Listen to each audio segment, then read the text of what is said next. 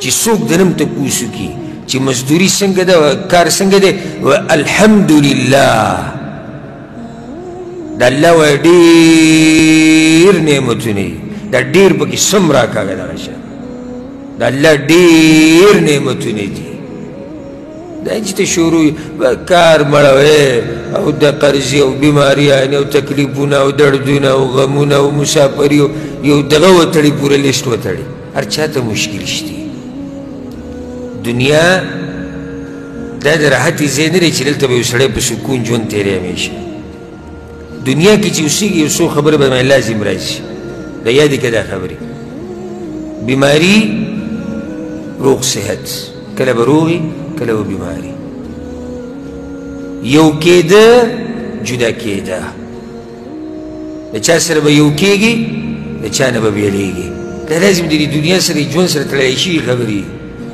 نږدې نږدې خپلوانو نه به دې هغوی سره به دې بېلتون راځي یا به د نه مړه شي دنیا نه به لاړ شي لازم به د باندې په دې دنیا کې چې خوشحالي هم راځي او غم به هم راځي راحت به مي سخته به مي دا خبرې د ژوند سره تړلی شوي خبرې او که څوک وایي چې زه بغیر د سختې نه بغیر د بیمارۍ نه بغیر د بېلتون نه بغیر د خفګان نه بغیر د غم نه بغیر د درد نه ژوند غواړم دا سړی لیونی دی زه د لیکل در کوم کېدی نه شي دا خبرې هر چا ته ژوند کې مشکلات څه نه څه شي ها د چا هغه ډېر دي چا لږ دي خو هر حال کې الحمدلله وایه په هر حال کې الحمدلله وایه پیغمبر صلی الله علیه وسلم حدیث کې څه وایي موږ څو څو پیرې بیان کړی چې یو سړي باندې سحر په داسې حال کې شي چې دی په امن کې وکړي چې دی په څه کې امن کې بدن یې روغي او د ده سره د هغه ورځې ریزه کوي صرف د هغه ورځې موږ سره د کلونو پروت دی که نه صرف د هغه ورځې یو سړی دی سحر راپاڅېدو روغ دی امن دی او د ورځې رزق دی پیغمبر وایي الله ورته د دنیا را جمع کړې ده وایي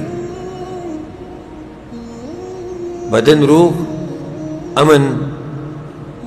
او د ورځې رزق الله ورته دنیا را جمع کړې ده نو مه کوئ دا شکوې شکایتونه ها الله ته یې کوه خپل غم دړه الله ته اورو که نه انما اشکو بثي وحزني الى الله یعقوب علیه السلام ویلي زه خپل غم الله ته اورو هر راز کې ساته مخلوق ته مه بیانوه الا دا که